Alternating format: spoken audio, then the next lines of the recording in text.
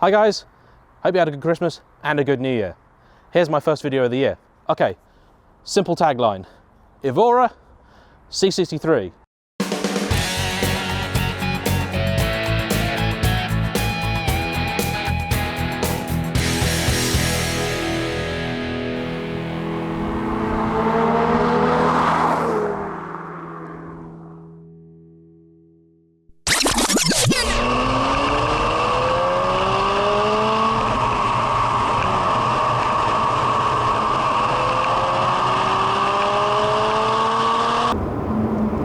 Much quicker from the passenger seat, I don't know why. Steering's very, very responsive. Yeah, it's definitely got a nice driving position. Yeah. You got a nice view out the mirror as well. Yeah, you get these intakes and things, yeah. Yeah, it does feel a lot like a proper track car. See, compared to the Elise though, it's a comfy old sofa. Really? Yeah, oh yeah, the Elise is way more hardcore. So although it's a hard, stiff ride, it's not uncomfortable.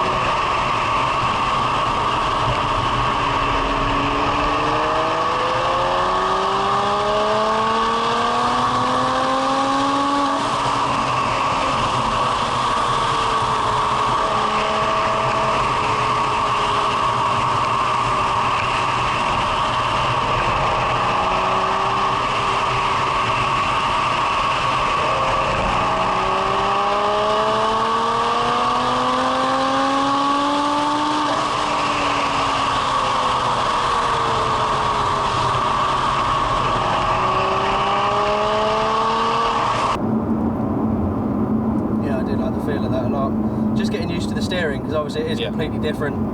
It's a lot quicker. Yeah. You're going to guide it. Yeah.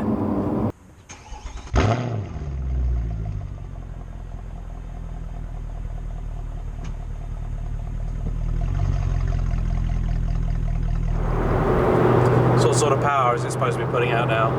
Now it's around the 500 mark. I'm sure from reading GAD's website they reckon the standard C63, which is what this was, with a remap, is approximately 510. So say 500. It should be somewhere in the comfy 500. Yeah, that's plenty to get your attention. But you can certainly feel the difference. I mean, just the throttle response. As soon as you put your foot on the throttle, you've got instant control there, whereas before you had a little bit of lag. You had to, because obviously being an electronic throttle, you had to put your foot down quite a way before you got any sort of feeling. That's interesting, because the CLA 45 that I've driven has the exact same thing. You put your foot down a lot further than you think you need to before anything happens. It's not squeezing you too tight or anything? It's fine. I tend to like them to be a little bit, you know. Yeah. Grab me. Where is the adjustment for that? Is that on the... That's on here, and some of these buttons here. These buttons here do all the... I don't know which one's which. This is really... No, this is like some sort of like autoerotic option on, like, you know... There's some sort of no. Well, that's Mercedes pre-safe. So if you slam your brakes on too hard, it puts the car into pre-safe, which is the mode it thinks it's going to use before an accident. Yeah.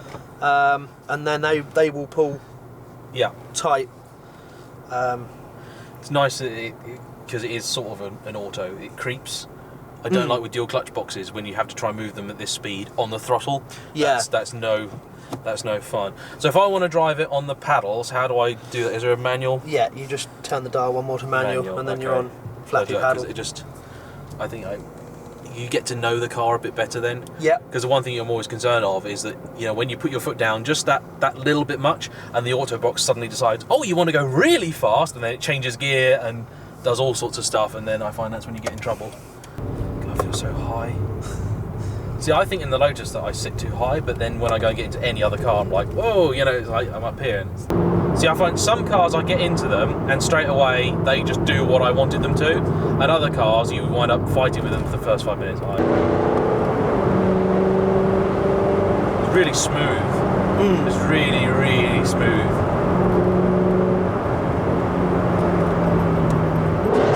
Oh.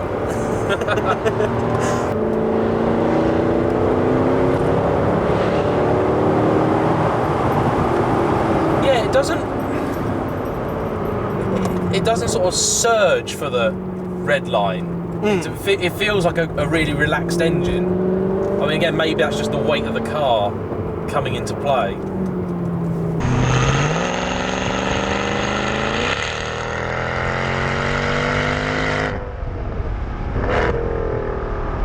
Yeah, the steering wheels, I'm getting like a after the Lotus, like there's nearly nothing coming through the steering wheel to me.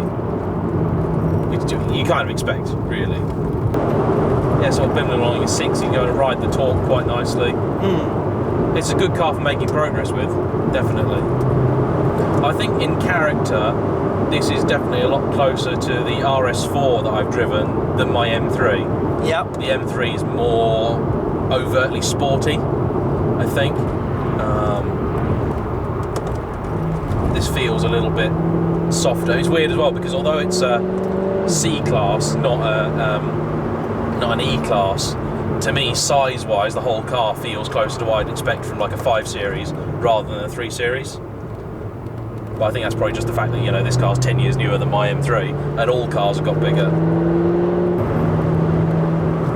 You can definitely feel that the gearbox is derived from an auto rather than a serious quick twin clutcher. It's smooth. Like the whole thing's smooth. It's a nice package. Do you find it sometimes pops and bangs in inappropriate places? Yes. Yeah. Yeah. The viewers at home won't know, but my dad has a CLA 45, which at some point I hope to... I was the tiniest throttle opening at all, and I just completely spun up the rear. That was like that much throttle, so very aware of how much torque the car has. Very, very aware. Oh, no, I'm going to get on that road for you, you bastard. My dad has a CLA 45, and I took that once. My grandmother was quite unwell, and we went to visit, and we had to go to the doctors to go and get some, you know, pills and medicine, whatever, for her. And so, you know, in town, quite sombre, and driving through this car park in this little town in Cambridgeshire, and the car was just occasionally just going pop, pop, pop, pop, pop. And it's like, yeah, really, really not the time for this at, like, you know, 3 miles an hour in a car park with doctor's surgery, you know, just sort of moving along, pop, pop, pop, pop, pop. And it's like when we're driving along like this, and, you know, using some of the performance, like, I expect it to do it. You know, you sort of want that, but like, I want to earn it. I don't want it to be like a, you know, it just occasionally just gives me some for free. I do love a V8. You gotta love V8s. When I first went to view the car, as soon as the salesman started it on the forecourt and it started its cold start, Yeah. that was it. The car was sold. Just the sound. Normally when I get out of the Lotus and get into another car, the first thing I do is try and give myself whiplash, because, you know, you get used to yeah, the Lotus's pedal isn't that heavily servoed, and you get into some cars and you just go to brake and you suddenly go bang like that because you're not used to the pedal feel. But this actually is pretty much the same as the Lotus, really. Did you feel the Lotus brakes much different? No, no. Yeah.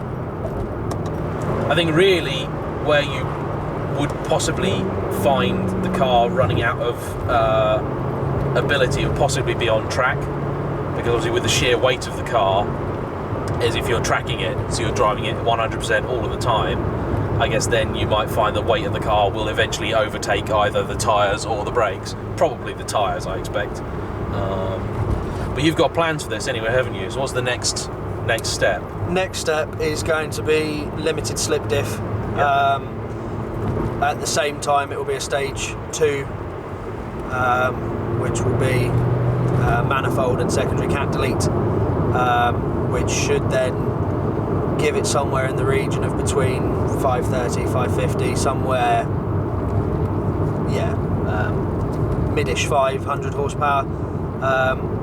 And then limited slip diff, purely running an open diff on the horsepower it's got at the minute is just too much wheel spin. Yeah. Certainly in these conditions anyway, very difficult to get the power down in the car. Because that's one thing, is everyone I know that's got one of these does mention the traction issues, and this car, although it factory has another 50 horsepower over the Lotus and 150 pound-foot of torque, this car is fitted with considerably smaller rears. Your 19-inch rears aren't, is that 19-inch right? rims, yeah. 255 section on the rear, whereas the Lotus is 20s, not that makes a difference to traction, and 285s on the rear, which is so you've got another 60 mil of tread on the back of the Lotus for a car with a lot less torque. And of course the engine's at the back as well. So yeah, so I mean, if you guys were hoping for some sort of conclusion, you're not really going to have one, because I mean, come on, let's face it, I'm comparing like a massive 4-door executive saloon with a tiny little sports car, so that's kind of unfair. The mission really is to see if I can enjoy driving this, which I do.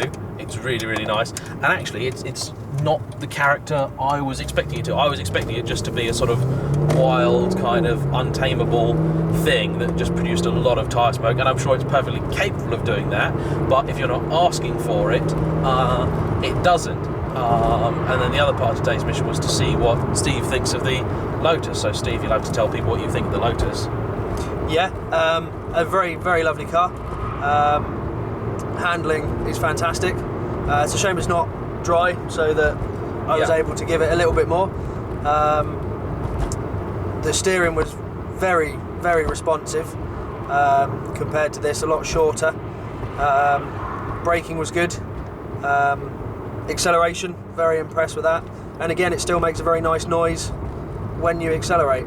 Yeah, I don't think, I mean, considering, on paper, power and torque-wise, there is a world of difference between the two cars. Yeah, this one just completely destroys the Lotus in the power stakes. But I didn't really feel, not from the driver's seat or the passenger seat, that there was a huge difference between the two. I think if you had enough road, this is obviously going to overtake the Lotus. If you're on a runway, say, you'd have it. But in a real world scenario, not a lot between them. Okay guys, that is today's video all done. Hope you've enjoyed it.